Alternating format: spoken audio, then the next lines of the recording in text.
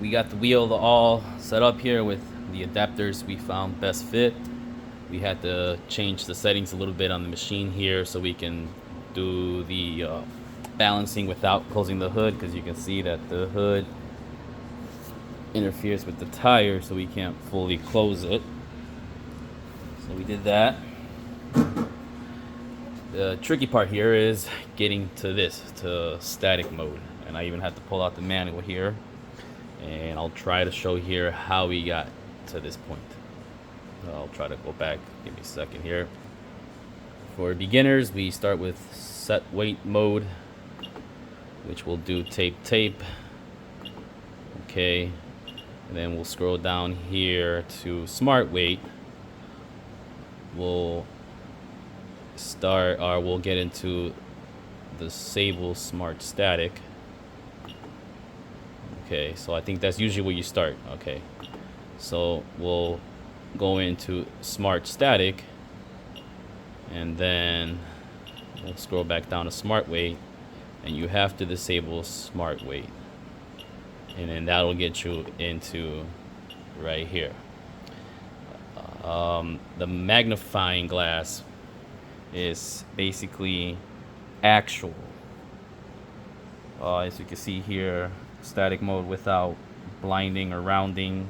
From my understanding, blinding and rounding kind of hides it has a certain threshold of imbalance that it won't really search for. So that, if I'm understanding correctly, this is the most actual imbalance it's reading. So you get there, and then you'll have to come back up here, set weight mode, go into manual entry.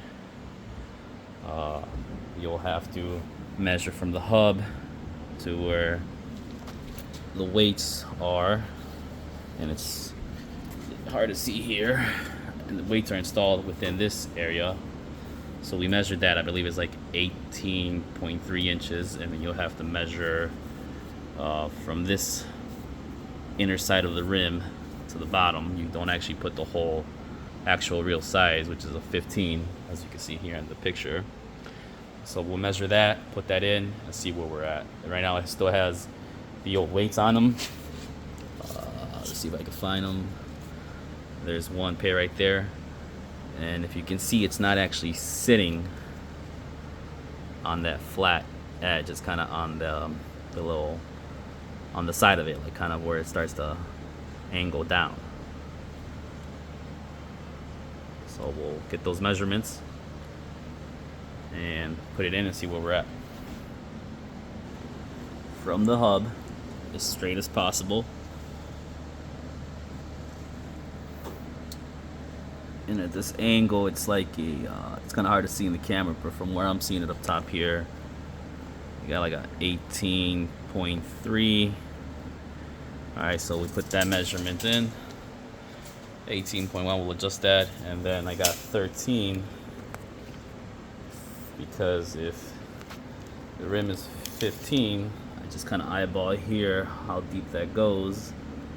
About from this angle, maybe the camera, maybe the camera show me a little better. It's like 1 3/4, so I'll try to deduct that from the 15, put those numbers in, and we'll see what we're reading. I still have the old weights just to get an idea where we're at. Alright, so 18.3 and 13.3, trying to kind of eyeball it there, round it off. We'll do okay. And this is from the previous reading. However, when disactivating or telling the machine that there's no hood, we'll start it. Seems like it's spinning true. Actually, maybe that. We got about 2.4 ounces. Take the old weights out, see how it reads, and go from there. Weights have been removed. Let's try this again.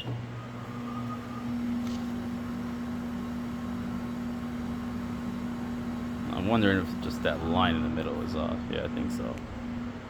Alright, so that's actually a pretty decent reading. We'll put about 2 ounces. Lucky with this machine, with the servo, it basically fixes it for you. So we'll put 2 ounces there and see what that gives us.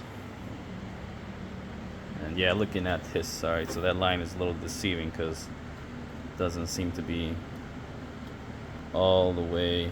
Yeah, okay, right there, that's my telltale. So cool. Our 2 ounces are on. One thing I like to add while we're here is, all right, we'll put it on servo mode. From my understanding with these Smart Pro machines, you want to go off from where the laser's telling you. Sometimes you'll think it's where the shaft is. The interesting thing on this one, when you do clip, it does. And I know there's an attachment that you could put here. One of them is here, I think, camera, and there's a tower with lasers that tell you, but you can just eyeball it like old school. So let's see where we're at.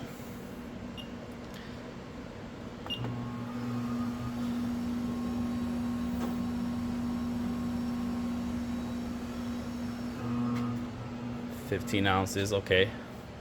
I can live with that. I know the threshold is like 1/4 ounce. Now to put this into experiment, we put the disactivate the actual and go into blinding and rounding. Bam. Okay, so I can live with that. Hope this helps somebody out there. This is all experimental.